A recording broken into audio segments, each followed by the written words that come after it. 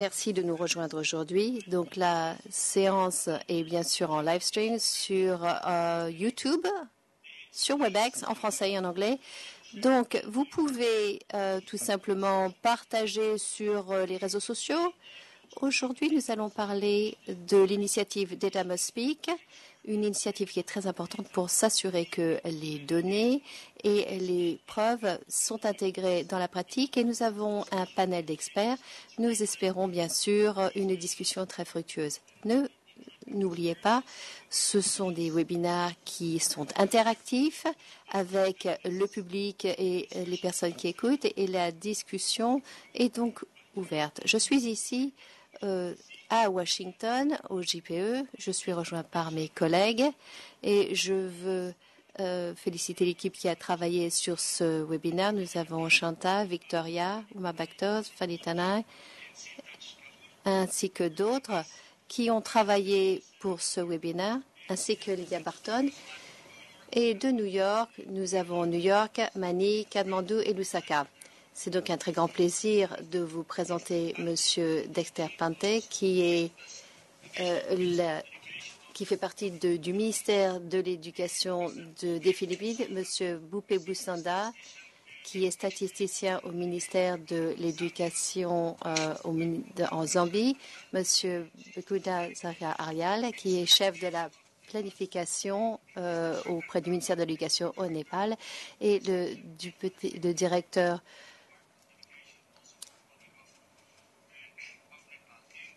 Et nous avons aussi avec nous Monsieur Daniel Kelly qui nous rejoint de New York, qui est consultant en éducation. Donc, ceci fait partie de notre initiative qui est une réponse importante pour les pays ont demandé un échange de connaissances pouvant informer les politiques au niveau des pays. Nous pensons que c'est une opportunité de faire partie d'une pratique continue et durable entre les différents pays qui permettront de renforcer et de remplir leurs objectifs nationaux d'éducation. Nous essayons, quand nous choisissons les thèmes, d'équilibrer certaines choses, en particulier le renforcement des capacités, l'éducation, l'apprentissage, l'inclusion, les partenariats et le processus de traduire les engagements mondiaux comme le DD numéro 4, intégrés dans des objectifs nationaux ainsi que dans les priorités nationales. Et le GPE utilise ces connaissances comme outil de visibilité pour pouvoir souligner les contributions importantes des différents pays, nous permettant de remplir l'objectif numéro 4 et pour pouvoir accomplir notre cadre de résultats que vous trouverez sur le site Internet. Sur ce même, nous avons eu un séminaire sur ce même thème au mois de mai au Togo et à Madagascar, qui se focalisait sur les pays qui avaient en fait la langue française. Et l'objectif de cette séance, c'est d'avoir une nouvelle perspective, en particulier pour les pays où l'anglais est utilisé plutôt que le français, et des expériences de pays comme la Zambie, les Philippines et le Népal seront utilisées. Je peux dire qu'ils sont représentés par des groupes véritablement phénoménaux de panélistes que j'ai déjà mentionnés. En particulier, pendant ce webinaire, nous allons parler du renforcement de l'analyse et de la gestion, comme nous l'avons dit auparavant, et nous allons avoir une personne de l'UNICEF qui nous parlera, ainsi que les personnes venant des différents pays que j'ai mentionnés. Avant de passer la parole au premier présentateur, j'aimerais parler de détails administratifs. Je vous demande bien sûr d'éteindre vos micros sur vos téléphones et vos ordinateurs, parce que sinon ce sera très très difficile pour que les interprètes puissent faire leur travail, parce qu'il y a une interprétation de l'anglais vers le français. S'il y a des problèmes de connexion, si vous voulez bien nous correspondre par email et nous le dire. Donc,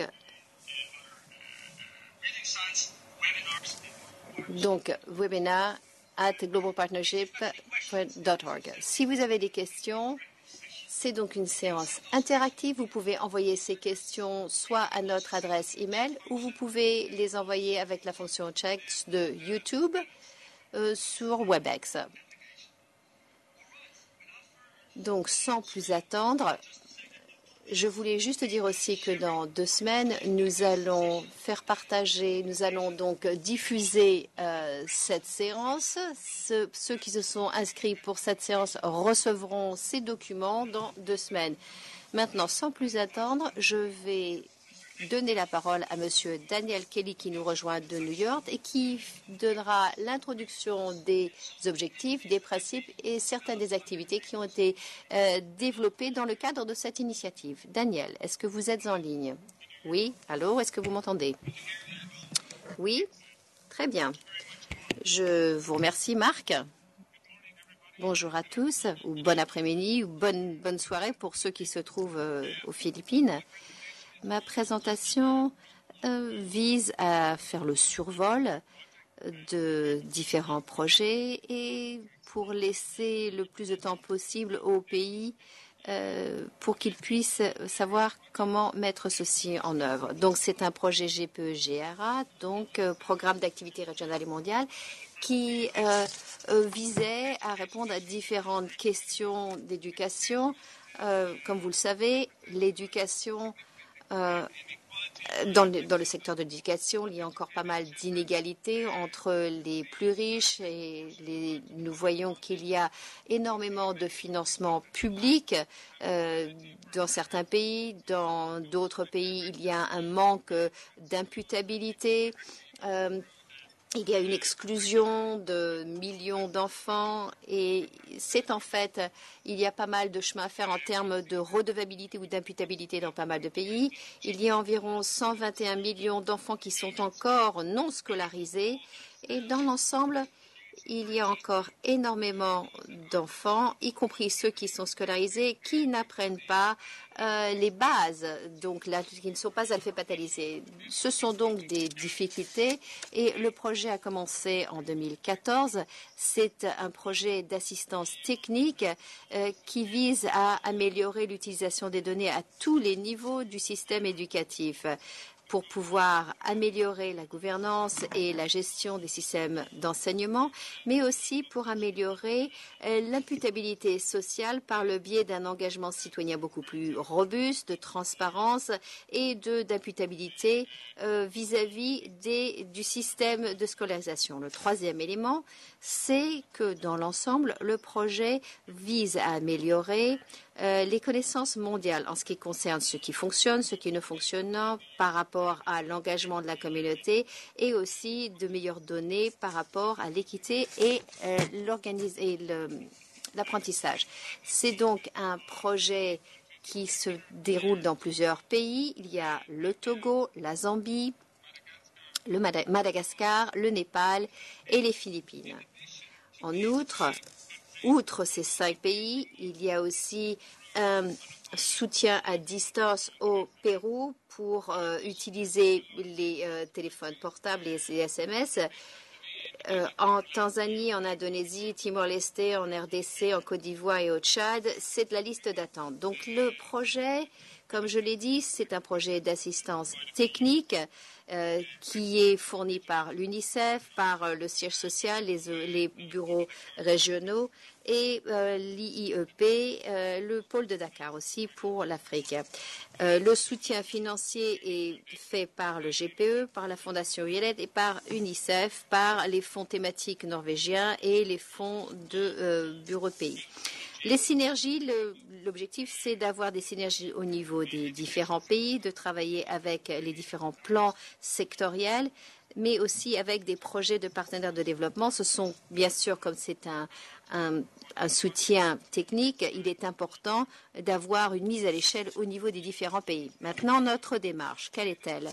Les données doivent tout simplement être libérées. Les ministères de l'Éducation ainsi que les gouvernements collectent des données, les recueillent Et il faut, pour qu'ils puissent prendre de meilleures décisions, et ces décisions doivent donc être basées sur des données, et il faut que ces données soient partagées avec les communautés pour avoir une meilleure connaissance, pour obtenir un système beaucoup plus équitable et responsabiliser la communauté. Le projet est guidé par une série de principes. Numéro 1, c'est donc l'appropriation par le pays. Qu'un pays soit engagé par le pays, qu'un pays soit engagé dans le projet ou non, c'est fait par le gouvernement, par les partenaires au niveau du pays. Et nous commençons notre travail avec un atelier où tous les partenaires clés se réunissent et nous demandons s'ils veulent effectivement s'engager dans ce genre de choses. C'est en fait une démarche à la carte et vous allez voir différents exemples de mise en œuvre dans les différents pays aujourd'hui. Il y a aussi l'élément de durabilité et de viabilité. Il ne s'agit pas uniquement de recueillir des données, c'est travailler avec les gouvernements pour s'assurer qu'il y a une meilleure utilisation des données qu'ils ont à leur disposition. Pour tous les pays avec lesquels nous travaillons, eh bien, nous travaillons à tous les niveaux de mise en œuvre. Très brièvement, je vais parler des différents exemples qui sont faits.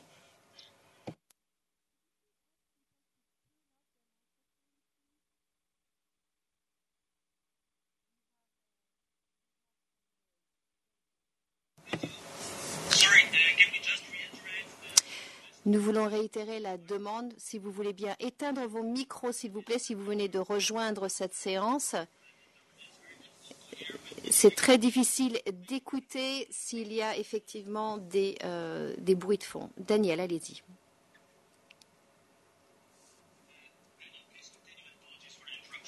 Daniel, allez-y, s'il vous plaît.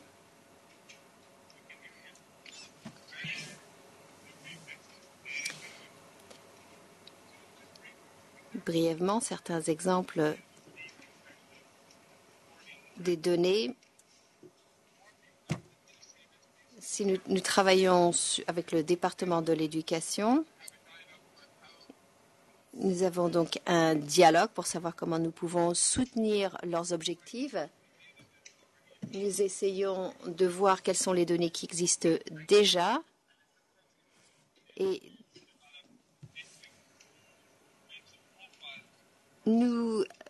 ceci nous permet d'avoir des profils d'école ou des profils scolaires ou des profils de district qui nous permettent d'avoir certains indicateurs et on voit effectivement ce qui se passe en Zambie. Aux Philippines, nous avons travaillé avec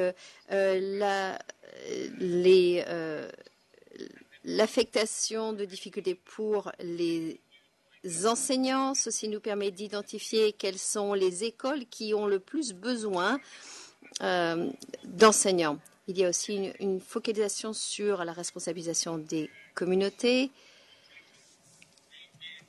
Nous sommes engagés avec les différents parents. Nous avons des contacts avec les parents, avec les différentes associations scolaires. Et il y a une focalisation sur l'apprentissage.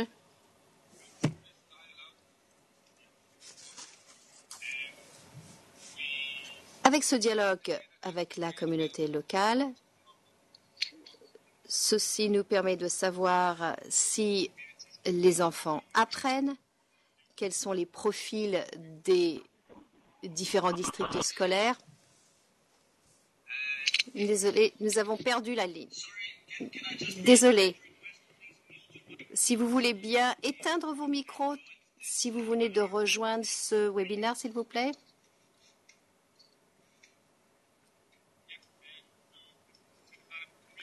Donc, nous développons des profils de communauté et ceci nous permet de dire aux parents et aux associations comment se comporte leur école, où elle se place par rapport aux écoles avoisinantes. Le troisième élément clé de la mise en œuvre, c'est d'augmenter les connaissances et savoir si comment les communautés peuvent être responsabilisées et comment elles peuvent partager les connaissances.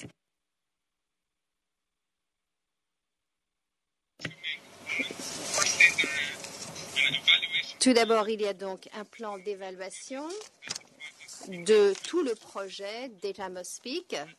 Est-ce que l'objectif a été réalisé ou non?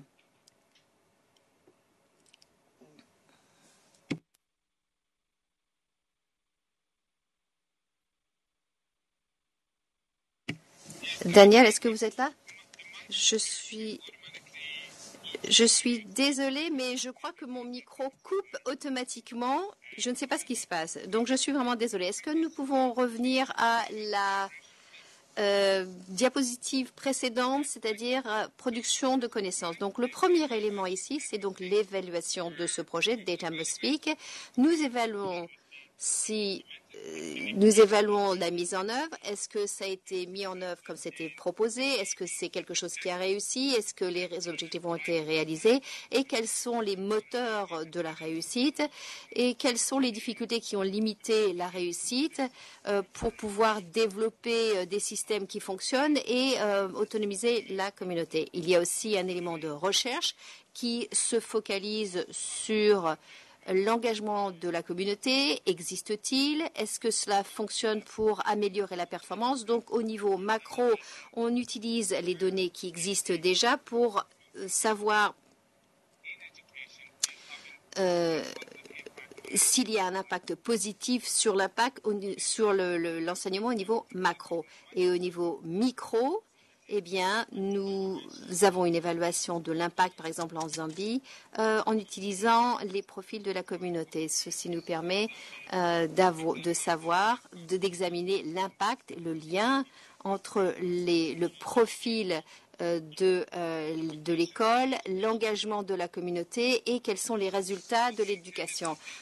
Dans l'ensemble, les résultats attendus de ce projet Data Must Speak, c'est d'améliorer les connaissances par rapport aux données qui existent déjà dans les différents pays, de libérer les données permettant aux différentes agences gouvernementales de prendre de meilleures décisions et aussi de renforcer les agences de communauté. Donc, il s'agit de responsabiliser les parents, les communautés, en leur donnant les informations liées à leurs écoles pour qu'ils puissent prendre en main l'éducation de leurs enfants.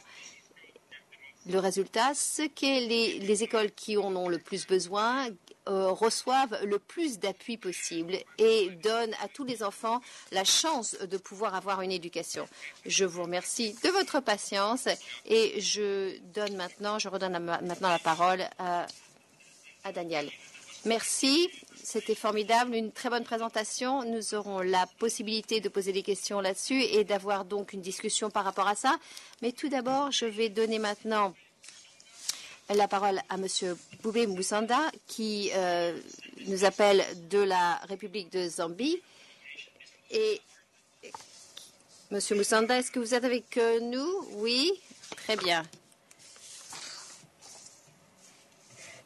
Oui, merci. J'aimerais faire partie de l'expérience de la Zambie sur Data Must Speak.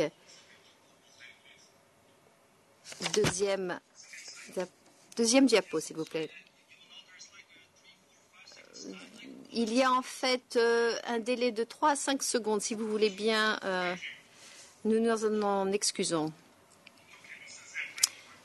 Donc ça, c'est un contexte du pays. Comme vous le savez, la Zambie est un pays d'Afrique subsaharienne. Il y a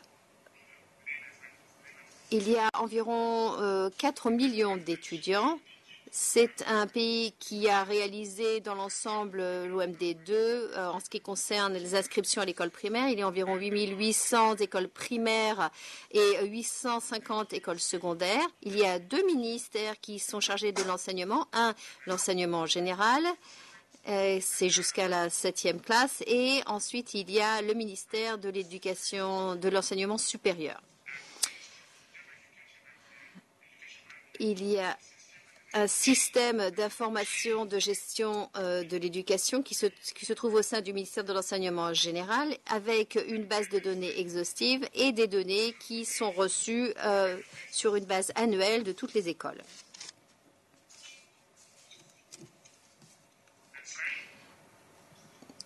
Oui. Diapo suivante.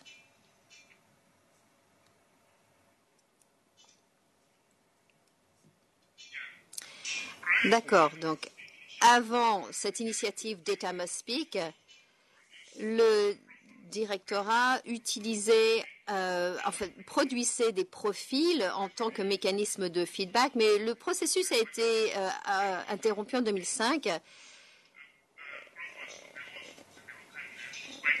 Donc, les profils d'origine ont été basés sur le texte et ne donnaient aucun examen ou ne donnaient pas de données comparatives. Donc, les profils d'origine ne faisaient donc aucun examen de données comparatives. Le ministère de l'Enseignement général a donc identifié le besoin d'améliorer l'utilisation des données à tous les niveaux.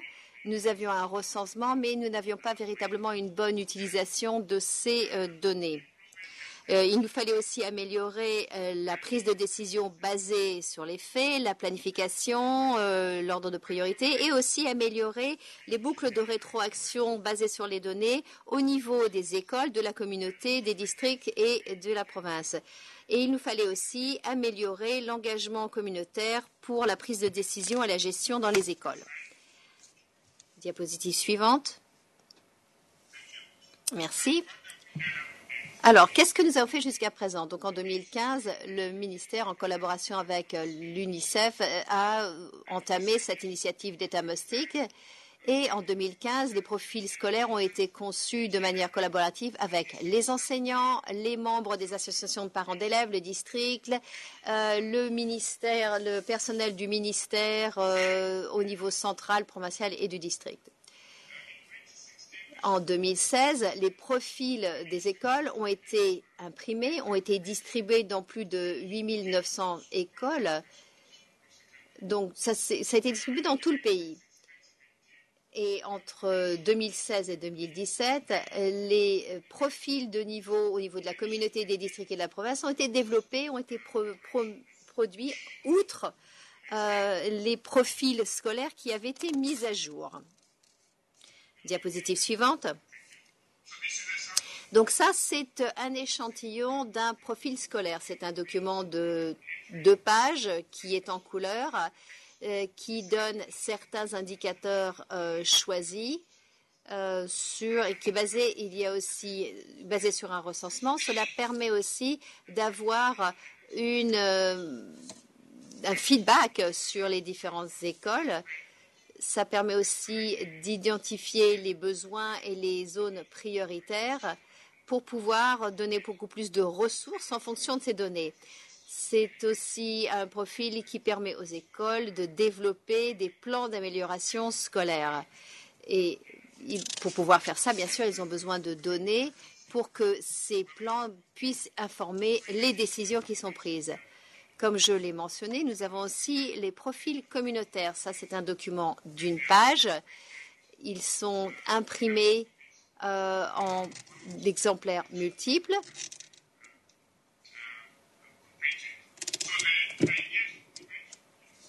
Donc, ceci donne aux communautés des informations simplifiées. Ce sont des informations qui sont contenues dans le profil scolaire. Cela donne aussi à la communauté la possibilité de comprendre et de voir ce qui se passe au niveau des écoles. Ça permet aussi aux écoles d'avoir un autocontrôle et cela permet aux communautés qui ont un faible alphabétisme de comprendre leur école par rapport aux moyennes des districts et au fil du temps. Donc, c'est quelque chose, ça permet donc un examen.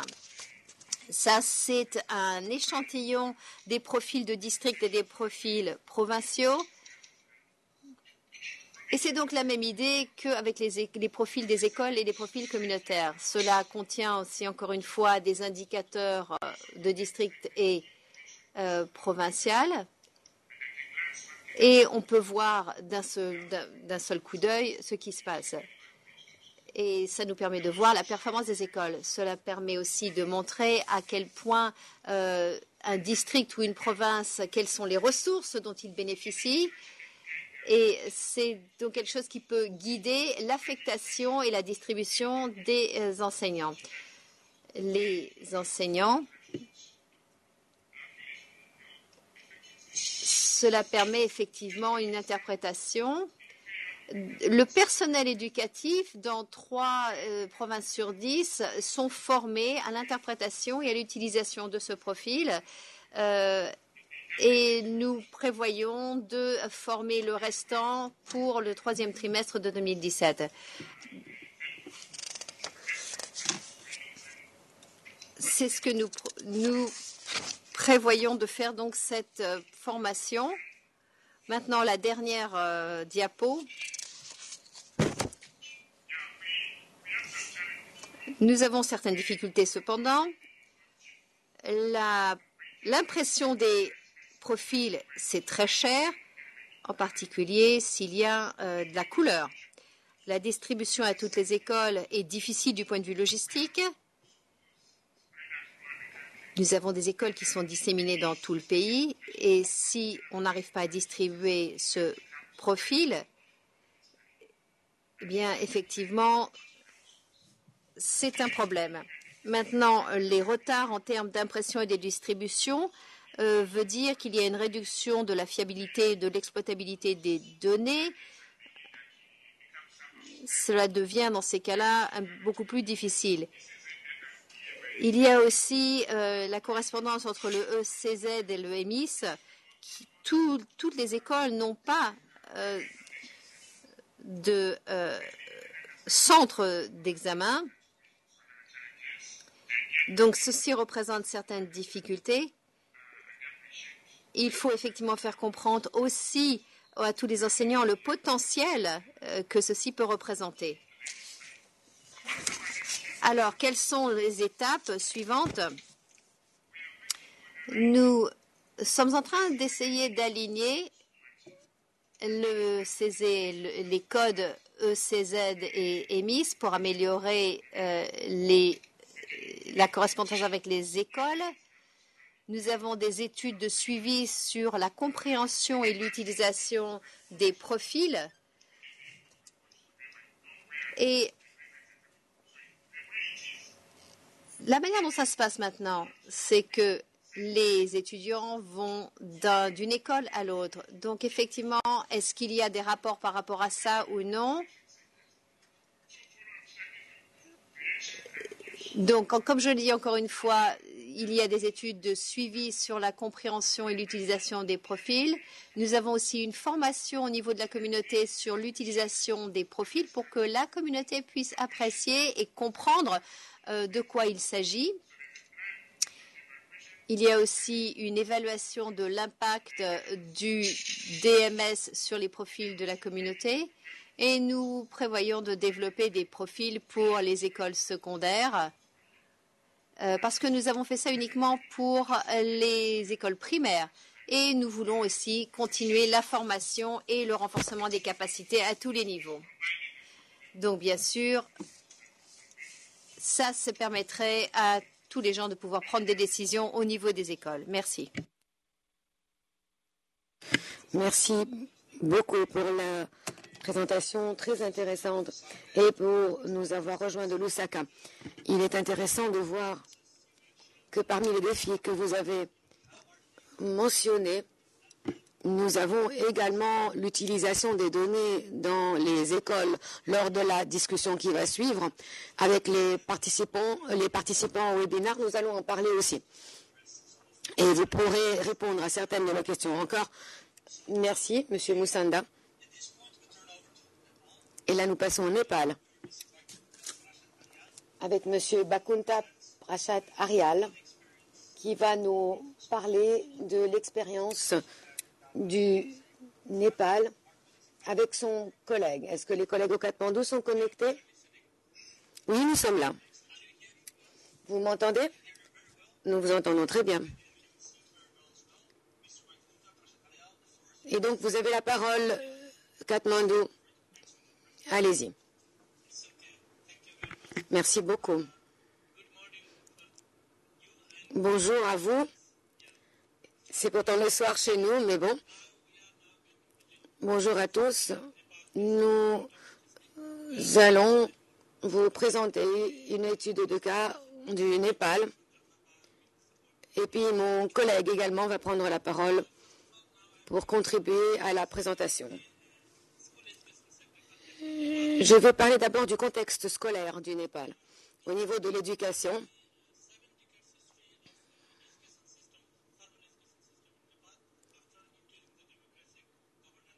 avec le système démocratique du gouvernement, nous avons procédé à des réformes du système scolaire. Nous avions en 1951 autour de 300 écoles avec 10 000 étudiants. Aujourd'hui, ou alors en 2016, nous avions 34 200 écoles qui servent 7,7 millions d'étudiants. Et bien sûr, nous avons un plan pédagogique pour 2030. Un plan de développement ambitieux. Et nous espérons que déjà d'ici 2022, nous aurons évolué et nous aurions permis au pays de passer de l'état de pays le moins développé à pays en voie de développement et pays à moyen revenu d'ici 2030. Voilà pourquoi nous nous concentrons également sur le système éducatif et nous augmentons le nombre d'écoles pour pouvoir scolariser tous les enfants dans le pays.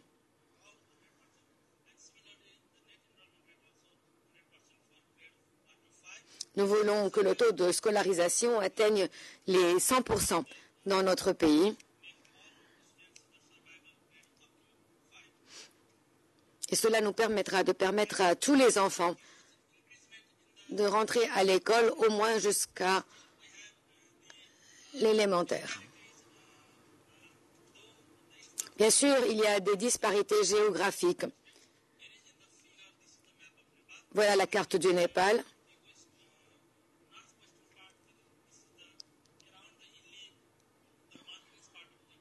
Dans la région montagneuse du Népal, il y a beaucoup de disparités.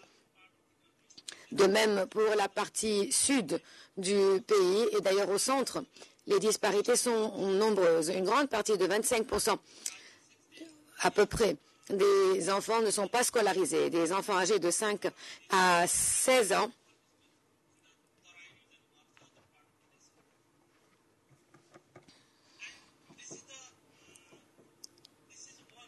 vous avez là un tableau sur les années moyennes de scolarisation au Népal.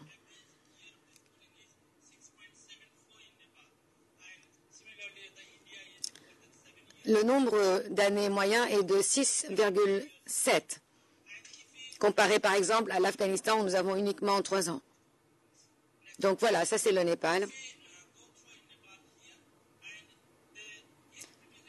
Et vous voyez la distribution au niveau, par exemple, de la population privilégiée. Nous atteignons presque 9 années et demie. Et pour les régions marginalisées, Terai par exemple, nous atteignons à peu près 2 années en moyenne de scolarisation pour les enfants. Et vous avez au milieu également les indigènes, les groupes marginalisés, etc., les musulmans.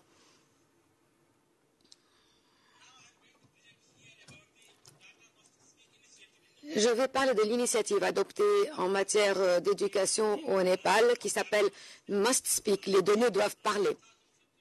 Data Must Speak. Nous avons donc démarré ce programme au Katmandou en février 2015. Nous avons démarré aussi le plan d'action dans le cadre du groupe d'action sectoriel sur le suivi de l'éducation et le système d'information pour la gestion de l'éducation. Nous avons également analysé les informations fournies par le groupe et nous sommes concentrés sur plusieurs activités prévues. D'abord, développer l'indicateur d'équité, développer les profils scolaires et des districts scolaires, également l'application du système RapidPro pour améliorer la gestion des données et l'inclusion de tous les enfants, y compris les handicapés, dans le système EMIS. Et enfin, revoir l'analyse sectorielle pour le plan du secteur de l'éducation. Nous avons également contribué à la mission de suivi en novembre 2015 à New York et une mission similaire sur l'indicateur de l'équité et l'atelier sur les écoles au Népal en 2016, sur les carnets scolaires. En 2015, je retourne s'il vous plaît à la diapo précédente. La diapo précédente, s'il vous plaît.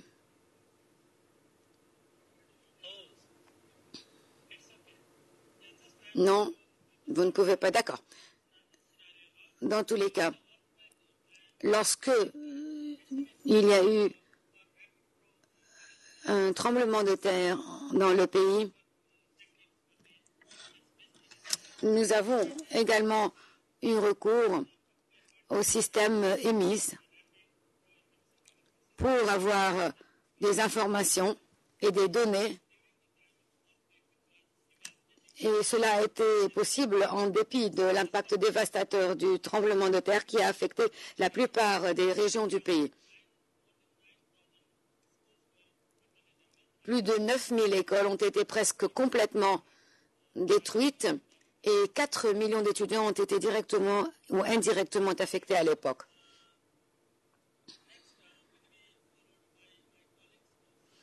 Mon collègue va poursuivre cette présentation. Merci.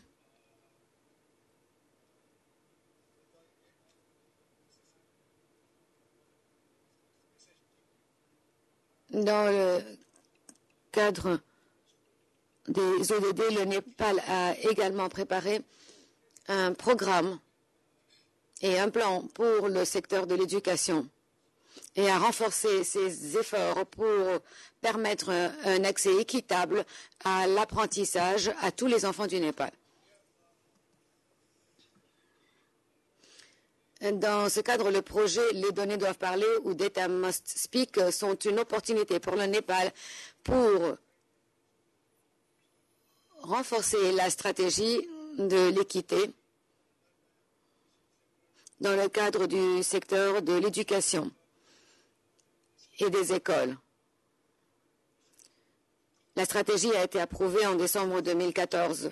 Ses principaux objectifs consistent à l'heure actuelle à réduire les disparités actuelles dans, premièrement, l'accès et la participation, deuxièmement, dans les acquis scolaires pour les enfants dans les écoles publiques, élémentaires et secondaires au Népal. La stratégie a également une approche double, conçue pour répondre à ces objectifs.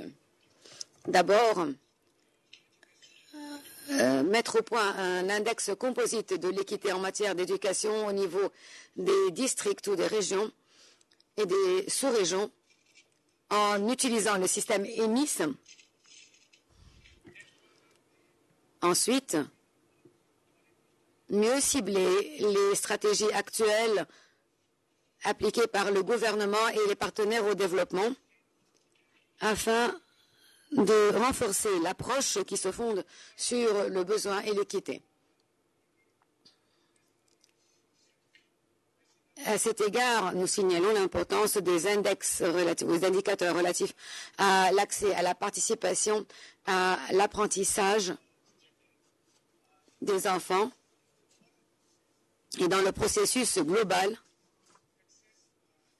en ce qui concerne l'accès. Nous avons mesurer l'âge à la scolarisation en tenant compte de toutes les catégories du genre, des capacités, etc. Nous avons également mesuré le taux de survie en tenant compte de la région géographique, etc. et des handicaps potentiels de la santé, de la mère, etc.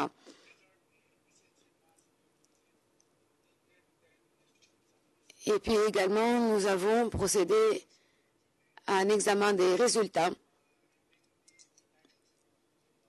des étudiants en tenant compte des mêmes facteurs et en mesurant les données émises. Dans le cadre du processus global,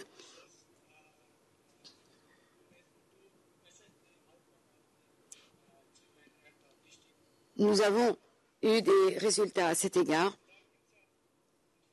auxquels nous avons eu recours. L'utilisation de l'indicateur sur le plan national est destinée à fournir des informations à des fins de planification nationale et de budget. Il s'agit là d'essayer d'identifier les régions qui ont besoin d'un soutien ciblé en matière de ressources afin de réduire les inégalités dans les résultats scolaires. Ensuite, identifier également les dimensions de l'inégalité. Est-ce qu'elle est liée à l'ethnicité, au genre, à la situation, location géographique ou d'autres informations nécessaires pour les preneurs de décisions politiques. Ensuite, identifier les régions également dont les résultats sont plutôt faibles, étudier l'égalité et voir quel est le besoin en ressources pour fournir un soutien et un suivi pédagogique.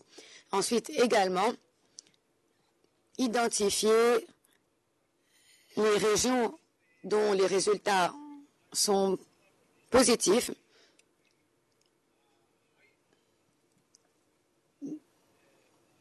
dont les acquis scolaires comparés à la situation géographique et aux ressources sont positifs. Cela nous permettra de voir quelles sont les bonnes pratiques adoptées à cet égard et de les partager avec les autres régions.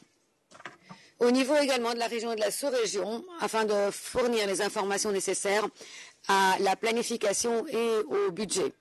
Nous avons besoin des indicateurs d'égalité afin de pouvoir cibler les régions et fournir les informations nécessaires et l'analyse nécessaire pour en tenir compte dans le cadre de la mise en application de la stratégie. Encore une fois, une carte du Népal.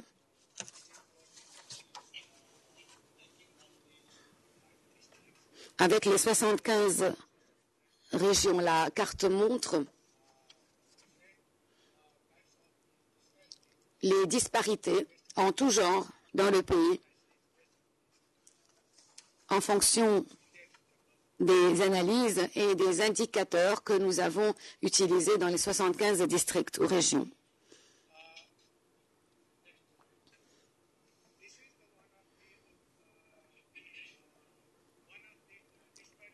Là encore, au niveau des disparités entre les régions, en fonction de l'ethnicité, de la localisation géographique et du genre. Sur les 75 régions,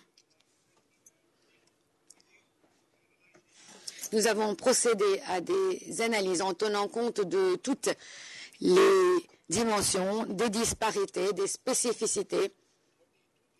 Il y a 42 régions qui, en fait, souffrent de disparités liées à l'ethnicité.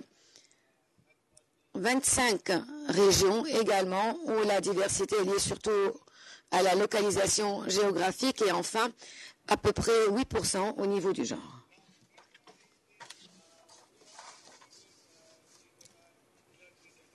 Dans le cadre du projet Data Must Speak, nous avons également, nous nous sommes concentrés sur le développement des écoles et des profils scolaires et des profils des régions dans le contexte du Népal.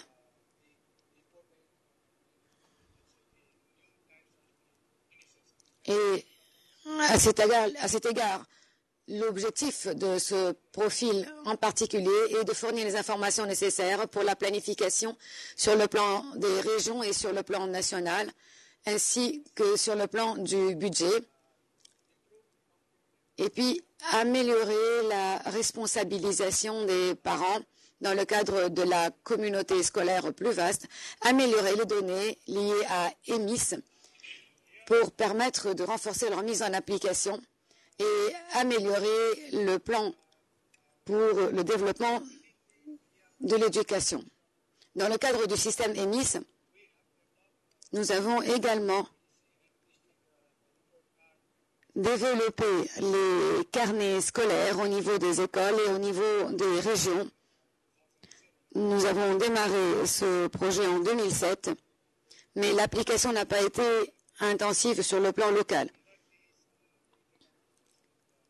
Dans le cadre du projet d'État Must Speak, nous avons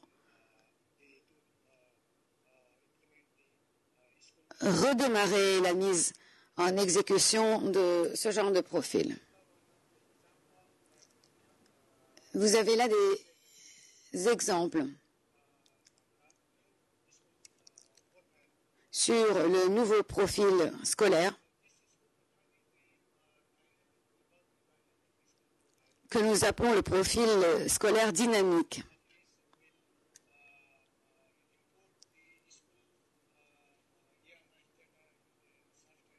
À cet égard, la redistribution des ressources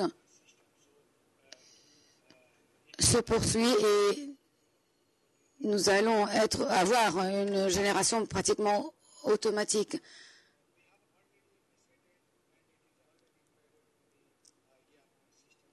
De nouvelles données qui sont intégrées au système EMIS en tenant compte des indicateurs clés sur le plan des écoles et sur le plan des régions. Au niveau toujours du profil scolaire, la prochaine étape, avec le gouvernement, avec le bureau régional de l'UNICEF,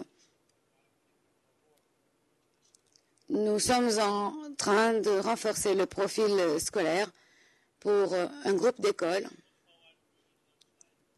Vous pouvez aller plus rapidement, s'il vous plaît. Prochaine diapo. Prochaine diapo. Diapo suivante. Voilà. Merci. Donc, les démarches suivantes. Nous avons des projets pilotes dans 450 écoles. Nous étudions également la version papier, la dissémination qui se fonde sur Internet, le développement des applications et l'évaluation. Ensuite, nous avons également la stratégie de dissémination, le carnet scolaire dans le système EMIS, et puis l'étude à l'échelle de la stratégie. En ce qui concerne l'indicateur d'équité ou d'égalité, nous avons un plan pour le développement de l'équité et des plans et stratégies d'implantation ou de mise en application sur le plan local afin de fournir les informations nécessaires aux fins de planification. Enfin, intégrer les index ou les indicateurs dans EMIS et étudier la stratégie pour pouvoir mieux distribuer les ressources et pour l'allocation des ressources budgétaires. Je crois que le secrétaire conjoint va poursuivre. Prochaine diapo, diapo suivante. Ce que nous avons appris de l'initiative Data Must Speak, pour conclure, c'est une initiative très efficace parce qu'elle a été planifiée durant une longue période de temps, ce qui a permis de mobiliser les experts afin d'établir des relations de travail et plus particulièrement parce que la stratégie a été préparée avec les pays pour tenir compte de leur contexte et de leur système. Et on peut également avoir recours aux experts étrangers et à nos experts pour mettre au point la stratégie. Nous avons également un partenariat renforcé avec l'UNICEF qui permet au gouvernement de participer à ce projet.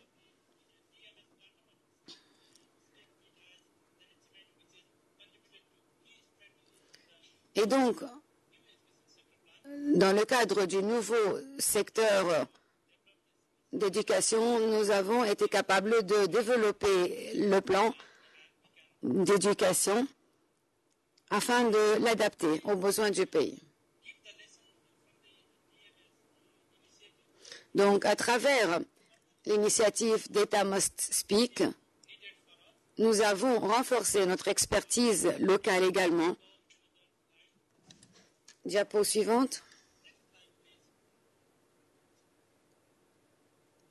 Diapo suivante. Oh, c'est bon. Le contexte évolue au Népal. Le gouvernement est passé de gouvernement central à gouvernement fédéral. Nous avons beaucoup appris de cette initiative et il faut l'adapter au nouveau contexte. L'utilisation des données est fondamentale pour les gouvernements locaux ou fédéraux également. Nous avons également besoin de procéder à des ajustements structurels et institutionnels. Nous avons besoin d'échanger l'expérience et l'expertise entre toutes les parties qui contribuent à ce projet qui nous a permis de beaucoup apprendre. Cette initiative a été pour nous très enrichissante. Je vous remercie. Merci à tous les deux pour cette présentation très intéressante. Et bien sûr, vous vous concentrez sur l'équité ou l'égalité et l'utilisation des données pour suivre de près l'inégalité ou l'inégalité dans l'accès aux écoles et dans les acquis et les résultats scolaires. Nous allons passer directement à Manille et M. Dexter Pante, qui attend patiemment. Et je suis désolée, vous étiez supposé démarrer le webinaire, mais dans tous les cas, M. Dexter Pante du ministère de l'Éducation aux Philippines, êtes-vous en ligne? Oula. Est-ce que vous m'entendez? Oui, je voudrais d'abord, avant de vous donner la parole, dire aux différents participants que vous pouvez toujours ou déjà commencer à envoyer vos questions par email.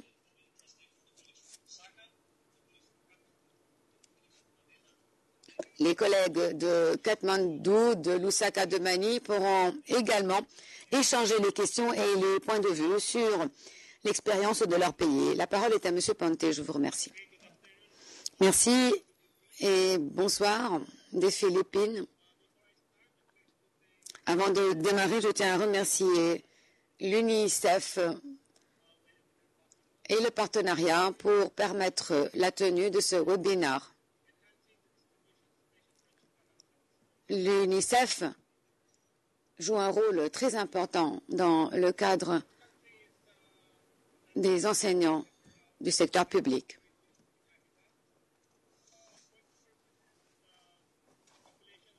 Aux Philippines, près de 40% de la population vit dans les zones urbaines.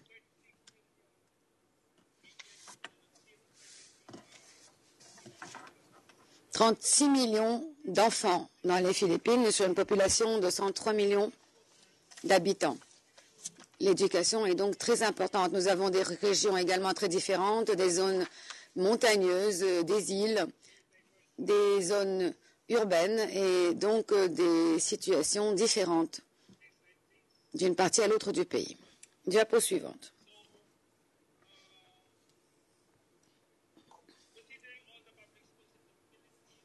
Toutes les écoles publiques aux Philippines représentent en fait près de 30% des écoles. Le reste, c'est des écoles privées. Dans la structure de gouvernement, nous soutenons les bureaux régionaux qui fournissent l'assistance technique et le soutien nécessaire aux écoles. Mais comme vous pouvez le voir sur la diapo,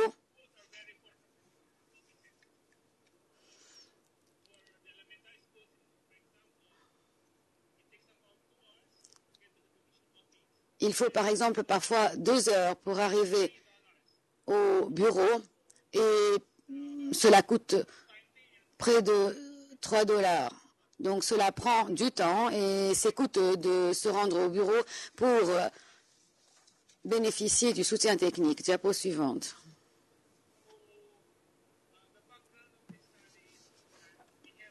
Quel est l'arrière-plan de cette étude? Nous avons demandé à l'UNICEF de nous fournir une assistance technique dans le cadre des données du projet Data Must Speak. Nous avons requis l'aide de l'UNICEF parce que nous avons identifié un domaine où nous avons besoin de soutien, notamment dans les allocations spéciales pour cas difficiles. Le SHA, qui est fourni aux enseignants qui rencontrent des difficultés particulières. Par exemple, pour se rendre à l'école ou qui rencontrent d'autres problèmes qui ont besoin d'avoir un surcroît de 25% de leur salaire.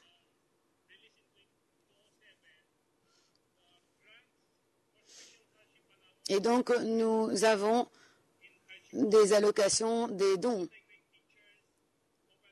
pour les étudiants, les enseignants dans les systèmes d'enseignement alternatifs.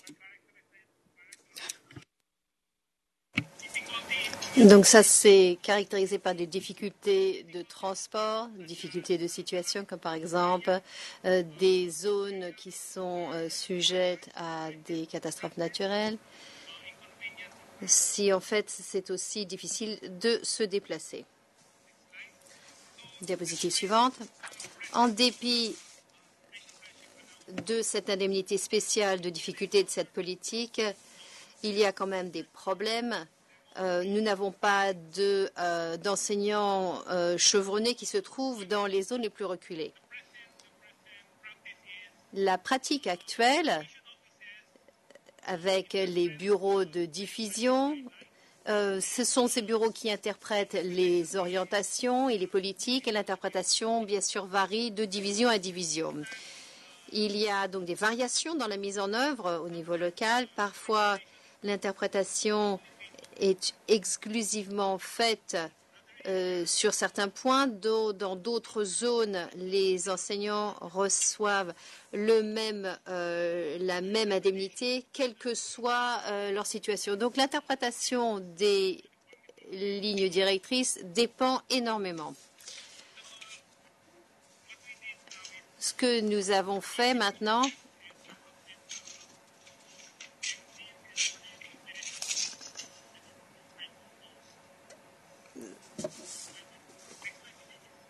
diapositive suivante.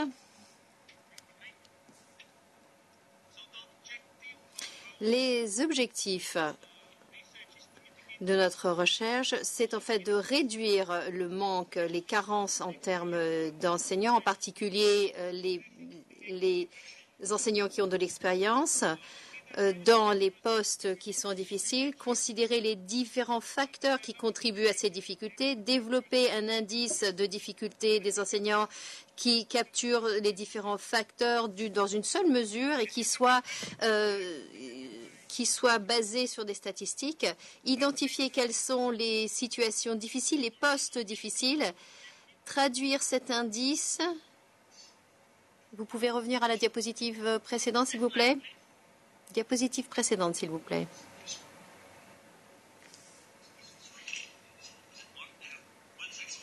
Une seconde, s'il vous plaît. Désolé, monsieur. Il semble que nous ayons un problème d'ordinateur et que la diapositive ne puisse pas revenir en arrière. Voilà, nous y sommes.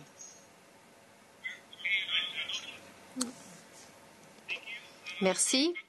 Alors, pour revenir aux objectifs, donc, nous voulons réduire le manque d'enseignants, en particulier les enseignants qui ont de l'expérience dans les postes difficiles. Et l'idée ici, c'est en fait de donner aux enseignants dont une indemnité et dont, quand ils reçoivent une indemnité, ils sont plus à même de rester dans ces postes. Ensuite, considérer quels sont les différents facteurs qui contribuent aux difficultés des enseignants. Nous avons discuté avec les enseignants et les bureaux de division nous disent que l'application de ces il y a uniquement certains facteurs qui sont considérés et il nous faut maintenant développer un indice qui nous permettait de capturer les différents facteurs de difficulté. Il faut identifier les postes de manière statistique. Donc, avec un indice, ça nous permet d'identifier de manière objective les différents facteurs et aussi d'identifier les différents postes qui représentent des difficultés et de traduire cet indice dans une indemnité de difficulté spéciale. Et le sous-secrétariat sera aussi cette indemnisation sera aussi intégrée dans notre politique budgétaire et qui nous permettra effectivement de revoir et d'informer notre politique par rapport à cette indemnité. Diapositive suivante. Maintenant, dans la création de cet indice, nous avons constitué un groupe de travail constitué de planification, de systèmes d'information, d'efficacité scolaire, ressources humaines, finances et fourniture des cours. C'est un groupe de travail qui travaille sur ce projet. Nous avons aussi consulté un certain groupe d'enseignants de Manille. C'est une ville qui est très bien organisée. Nous sommes allés aussi dans les différentes provinces, comme par exemple dans la région 12, pour pouvoir identifier les facteurs qui contribuent aux difficultés que rencontrent les enseignants.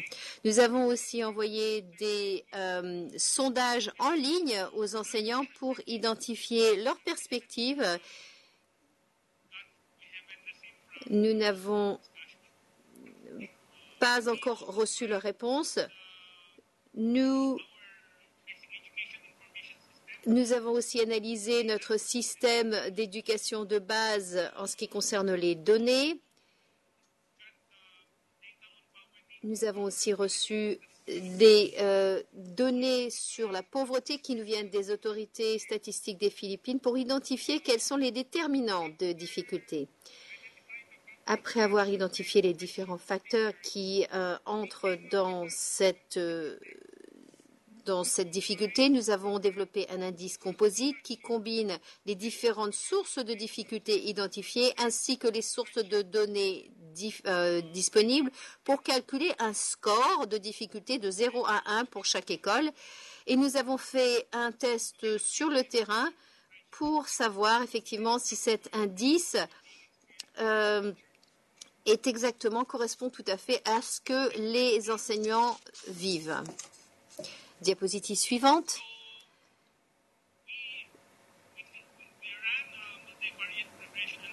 Nous avons fait une analyse de régression et sur la diapo que vous pouvez voir ici, voici tous les facteurs qui sont présentés et qui ont une importance statistique et qui font que les enseignants ne restent pas ou que ce sont des postes difficiles. Comme vous le voyez, le temps de déplacement pour aller à la division de 40% contribue énormément à ce score de difficulté, suivi par le coût de voyage à la division et ensuite par la violence. Vous voyez donc toutes ces données qui nous permettent de composer un indice pour chaque école. Diapositive suivante.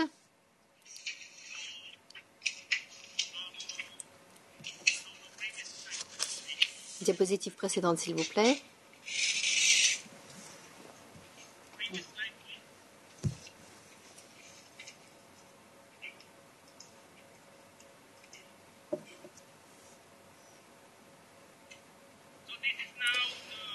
Ce que vous voyez à l'écran, c'est la segmentation de cet indice de difficulté des enseignants. Pour chaque segment, il y a un montant d'indemnité de difficulté spéciale qui correspond, donc de 0,35 à 0,39. Le montant est de 10%, de 0,4 à 0,49. Il y a 15% d'indemnification d'indemnité de difficulté qui est payée, de 0,5 à 0,59, 20%, et à partir de 0,6 et au-delà de 0,6, cela représente un montant de 25% de leur salaire. Donc, 15% des écoles élémentaires et 7% des écoles secondaires vont bénéficier de cette indemnité de difficulté spéciale. Diapo suivante. Quelles sont les étapes suivantes? Cet après-midi, nous avons donc présenté cette indemnité spéciale au sous-secrétaire et il va appuyer cette initiative. On doit écrire, bien sûr, les directives par rapport à cette indemnité et présenter ceci au comité exécutif. Nous devons aussi discuter ces directives auprès du département du budget. C'est le département qui dirige, donc qui sera chargé de du décaissement de cette indemnité spéciale. Nous devons aussi parler au bureau sur le terrain et leur communiquer cette nouvelle politique. C'est une nouvelle formule, ce qui veut dire qu'il va y avoir certaines écoles qui vont être exclues de cette formule.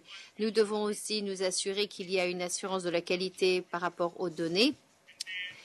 Ensuite, il y aura en 2018 une réévaluation et un ajustement de l'indice au vu des nouvelles données. On fera aussi une évaluation de l'impact pour déterminer si effectivement il y a une différence par rapport à ces écoles qui reçoivent cette indemnité spéciale de difficulté. Et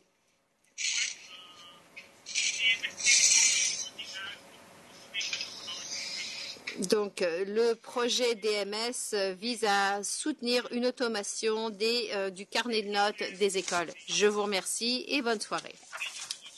Merci. Monsieur Pinté, c'était vraiment une très, très bonne présentation. Je pense qu'aujourd'hui, nous avons eu la chance, dans ce webinaire, d'avoir 3 panélistes qui ont été très clairs et qui ont expliqué ce que fait DMS dans leur pays. Il y a, donc, quand on voit en Zambie ce qui se passe, on voit ce que font les écoles, ce que font les communautés avec les différentes données, et on voit aussi la focalisation aux Philippines qui se focalise sur les difficultés des postes. Il y a pas mal de questions qui ont été envoyées, les questions des remarques. Donc, Monsieur Panté, restez avec nous pour répondre à ces questions. Je vais passer en revue les questions. On n'a pas besoin, bien sûr, de répondre à ces questions. Par exemple, la première question, c'est une question interne. Je vais quand même la lire pour que tout le monde puisse le savoir.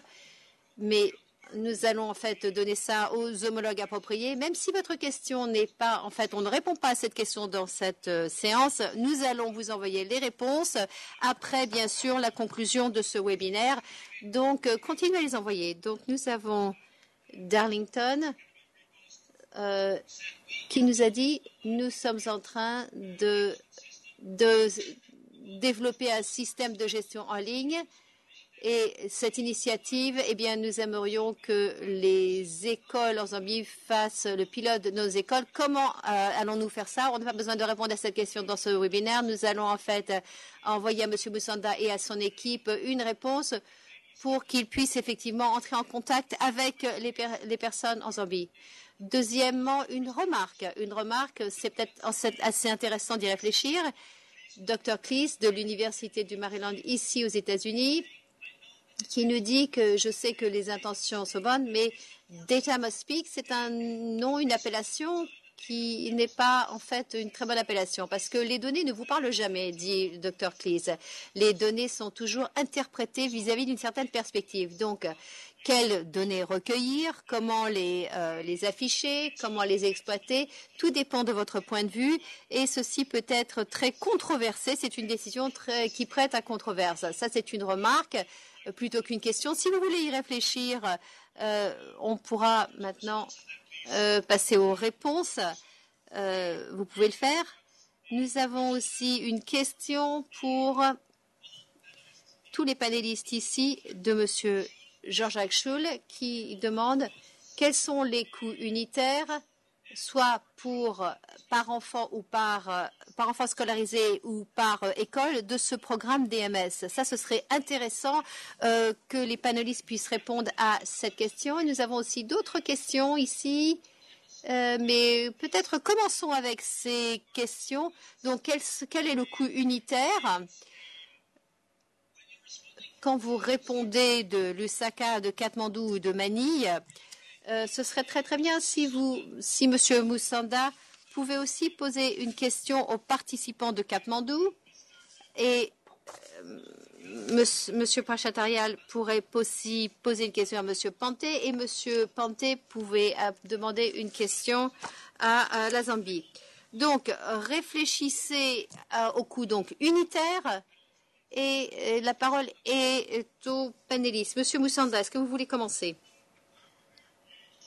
Donc, sur le coût unitaire, je pense qu'à l'heure actuelle, nous n'avons pas terminé cette évaluation. Il y a le ministère y travaille en ce qui concerne les écoles. Mais en ce moment, donc, le ministère n'a pas véritablement un coût unitaire pour les différents niveaux d'éducation.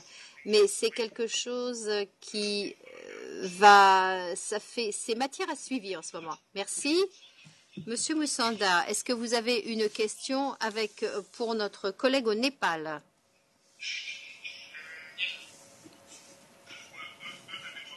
Pas en ce moment, je vous remercie. D'accord, merci. Monsieur Prasadarial, la question sur le coût unitaire, est-ce que vous pouvez y répondre? Est-ce que vous avez une question pour vos collègues en Philippines ou au Zambie? Oui, au Népal, nous n'avons pas clarifié ce coût unitaire à propos des données émises. Nous allons avoir un budget, une enveloppe qui va être allouée justement pour ça. Mais j'ai une question pour nos collègues de Zambie. Merci de votre présentation. Je pense que c'est très nouveau pour nous, ces profils communautaires.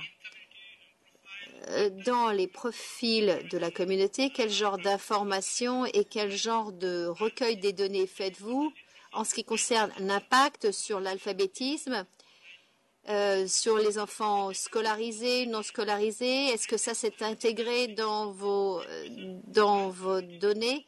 Est-ce que les personnes dans la communauté utilisent ce profil, en particulier pour le secteur de l'enseignement? C'est donc ma question pour nos collègues de la Zambie. Je vous remercie. Merci, Monsieur Prasatarial. Avant de passer à la Zambie, passons aux Philippines. Monsieur Panté, est-ce que vous pouvez dire quelque chose sur le coût unitaire et est-ce que vous avez des questions pour les intervenants au Népal ou en Zambie?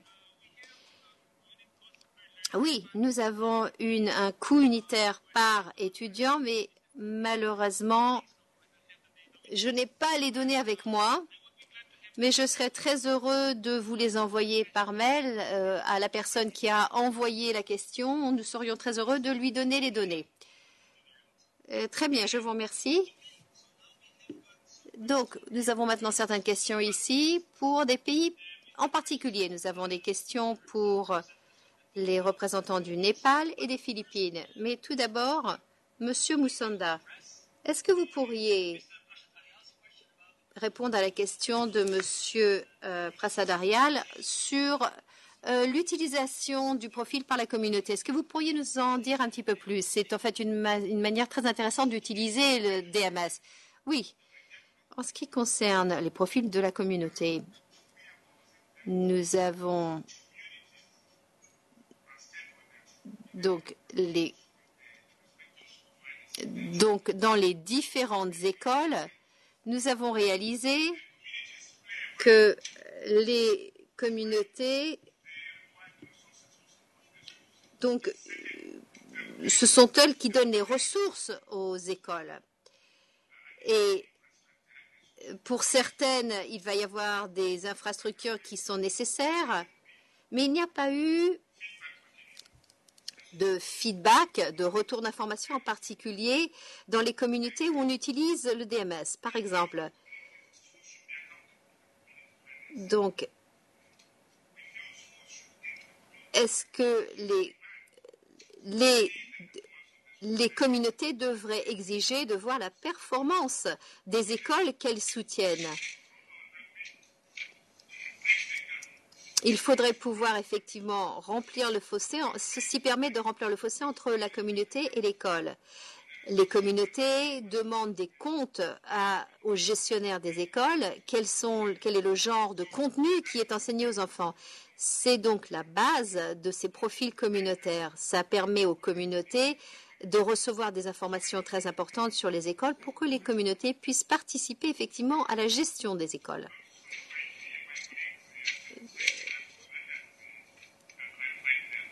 J'espère que j'ai répondu à la question qui a été posée. Et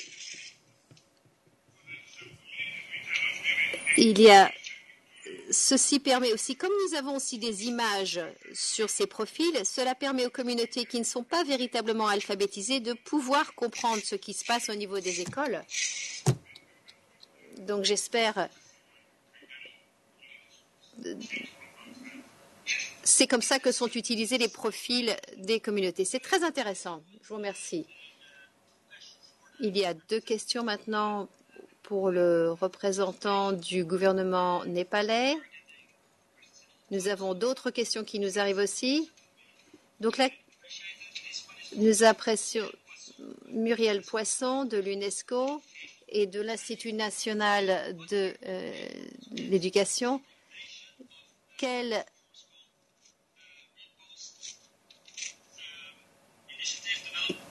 L'initiative développée au Népal, qui a été développée par le gouvernement. Et il y a aussi une autre question. Quels sont les mécanismes que vous utilisez pour assurer l'exactitude des données? Monsieur Prachadarial, est-ce que vous pourriez nous répondre à ces questions, s'il vous plaît?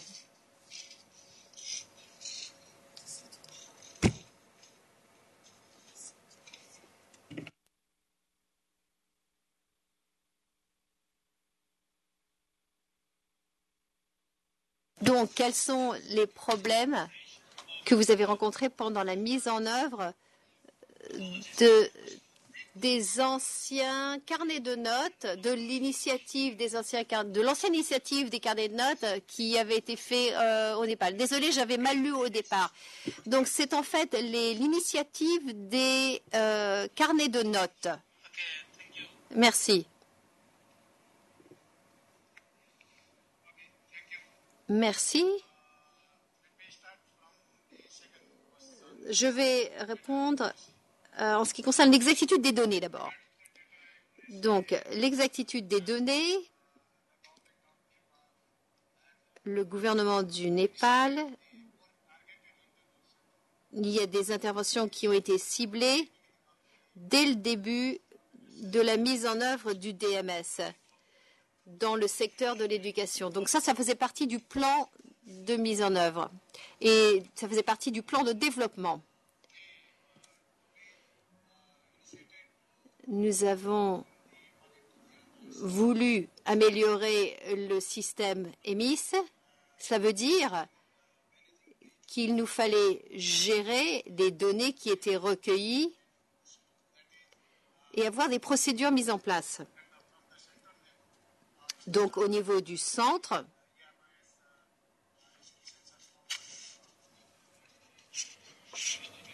et au niveau des bureaux de division, mais nous avions donc des interventions qui étaient ciblées. Depuis l'année dernière, nous avons donc ce système de données. Nous avons commencé à établir un système IEMIS. C'est donc intégré et cela veut dire que dans les écoles, chaque école a son propre système EMIS et nous avons des niveaux individuels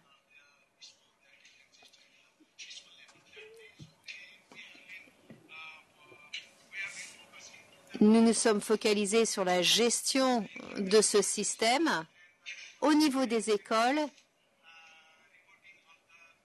avec un rapport sur les progrès, sur les statistiques qui remontent au niveau du centre. C'est maintenant la deuxième année. Toutes les parties, toutes les écoles ont maintenant leur propre système EMIS. Et maintenant, jusqu'à présent, toutes les écoles font un rapport de leurs données tous les ans. Ensuite, on nous a demandé si nous avons un mécanisme de la mise en œuvre de cette initiative.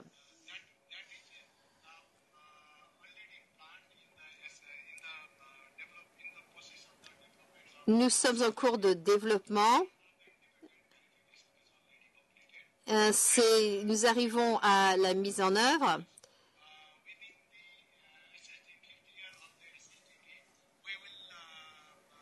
Nous en sommes à la troisième année.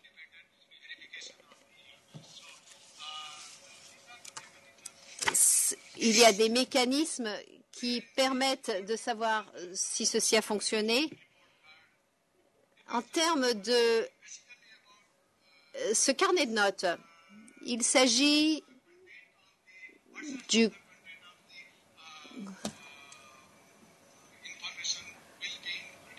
les informations sont intégrées donc dans le carnet de notes scolaire.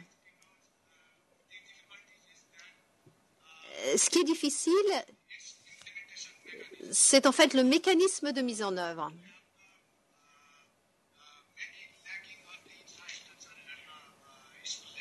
Il y a beaucoup de carences au niveau des écoles en termes de statistiques.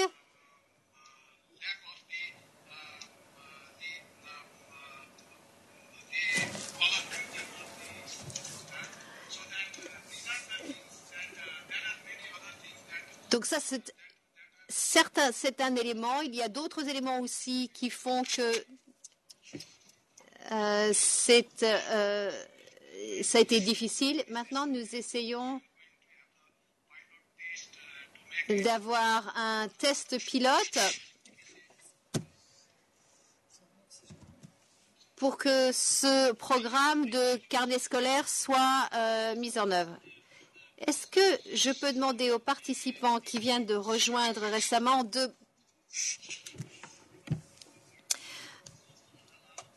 d'éteindre leur micro, s'il vous plaît, pour que les interprètes puissent travailler. Nous arrivons à la fin de cette séance, mais il nous reste encore quelques questions. Et nous pensons qu'il est important de répondre à ces questions. Étant donné qu'il nous reste très très peu de temps, Nous vous demandons de donner des réponses très courtes, s'il vous plaît, très concises. Nous avons une question pour les Philippines, l'UNICEF et la Zambie. Monsieur Pante, vous avez une question qui nous vient de Monsieur Palawan, qui dit « Nous félicitons le département d'éducation des Philippines pour avoir créé beaucoup plus d'opportunités et pour avoir un enseignement beaucoup plus inclusif. » Je pense que cette remarque, en fait, c'est la mesure dans laquelle cette initiative aux Philippines va permettre d'avoir une éducation beaucoup plus inclusive. Monsieur, pouvez-vous nous parler de ça très brièvement? Oui. Effectivement, d'une des priorités, c'est d'avoir un enseignement beaucoup plus inclusif. Ça fait partie des priorités de notre secrétaire. Voilà, j'ai répondu à la question. Je vous remercie. Effectivement, c'était très concis. Merci. Daniel, j'espère que vous êtes toujours avec nous parce que nous avons une question pour vous, pour l'UNICEF. Daniel, êtes-vous toujours là? Si le collègue de l'UNICEF n'est plus avec nous, nous lui passerons la question. Une question à Jean-Jacques Schulz. Comment est-ce que l'UNICEF aide les pays à s'approprier cette initiative? L'appropriation par les autorités nationales est fondamentale. L'initiative de la Zambie à cet égard est très importante. Elle a permis de renforcer le rôle des communautés locales. Daniel, est-ce que vous êtes là? Et si vous êtes là, pouvez-vous répondre? Sinon, nous allons essayer de vous passer la question ultérieurement. Enfin, dernière question d'aujourd'hui, puis nous allons conclure. Pour les collègues de Zambie, M. Musharraf Tanim pose la question suivante. Est-ce que tous les profils scolaires et les profils des régions sont distribués à toutes les écoles et toutes les communautés? Je crois que vous les avez distribués à 8900 écoles, donc pratiquement toutes les écoles. Je crois que vous avez 880 écoles primaires et 850 élémentaires, donc pouvez-vous répondre? Oui, je vous remercie. En ce qui concerne les profils, nous avons des profils pour les écoles primaires à l'heure actuelle. Et toutes les écoles primaires ne reçoivent pas ces profils parce que certaines de ces écoles n'ont pas de centre d'examen. Parce que nous avons également des rapports sur les résultats scolaires des examens. Et donc, lorsqu'il n'y a pas de centre d'examen dans certaines écoles, il n'y a pas non plus de profil. Ces écoles ne sont donc pas incluses dans les profils actuels. Mais ce que nous avons fait par ailleurs, pour les écoles qui n'ont pas de centre d'examen, nous avons produit des profils qui ne tiennent pas compte des résultats des examens. Donc encore une fois, pratiquement toutes les écoles primaires sont couvertes, mais les écoles qui ont des centres d'examen, les écoles qui ont des centres d'examen ont également les résultats des examens inclus dans les profils. Ce n'est pas le cas pour les autres écoles primaires qui n'ont pas de centre d'examen. En ce qui concerne les écoles secondaires et leurs profils, ils sont en cours de développement. C'est la prochaine étape, en fait.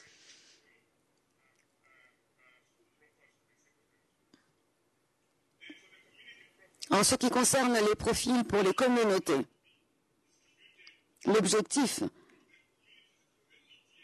est de les distribuer à toutes les communautés. Vous savez que les écoles sont soutenues par les communautés locales. Nous avons à cet égard des arrangements spéciaux entre parents et enseignants, des associations parents-enseignants, et nous tenons à fournir les informations relatives aux écoles, aux communautés locales également. c'est pour ça que nous avons ce genre de profil. Donc voilà le statut actuel en ce qui concerne la distribution et les écoles, en fait, qui ont accès au profil scolaire. Je vous remercie. Donc, nous en arrivons à la fin de ce webinaire. Nous allons donc conclure. Je répète que d'ici 2 semaines, toutes les parties qui se sont inscrites à ce séminaire vont recevoir les informations. Vous savez que les webinaires sont enregistrés. Vous allez également recevoir toutes les questions posées ainsi que les réponses, notamment celles auxquelles on n'a pas répondu aujourd'hui. Donc, j'ai trouvé les contributions très intéressantes. La Zambie, en ce qui concerne les profils scolaires et la décentralisation du système éducatif. Et cela également répond à la métaphore de Daniel, à savoir libérer les données. C'est le cas dans la République de Zambie. Dans le cas du Népal, le pays se concentre sur l'égalité dans l'accès et les résultats et étudie les données pour voir quels sont les résultats dans, par exemple, les régions montagneuses, les autres régions, chez les musulmans, etc. Et lorsqu'il y a des difficultés particulières pour les enseignants. Enfin, il y a également les caractéristiques communes. Les 3 pays ont parlé de l'importance de l'utilisation des données qui ne doivent pas seulement être disponibles dans les tiroirs, mais il faut écouter les données, les utiliser, en tirer parti. Et enfin, nous avons également parlé de la nécessité d'ancrer les initiatives dans les communautés, du rôle des différentes parties prenantes. Et enfin, il est toujours intéressant de voir comment les différents pays membres procèdent à des échanges pour apprendre de pair à pair. L'échange d'expérience est fondamental. Je remercie encore une fois M. Daniel Khalid de l'UNICEF, Dexter Pante des Philippines, Bugamu Sanda de la Zambie, Paikunta Prashat Arial et M. Shankar Tapat de la République du Népal et Chandra Miral, Umepartov, Victoria, Panita, Marie et Livia. Je vous remercie à tous. Nous espérons vous revoir au prochain webinaire et nous vous souhaitons tout le succès possible. Je vous remercie.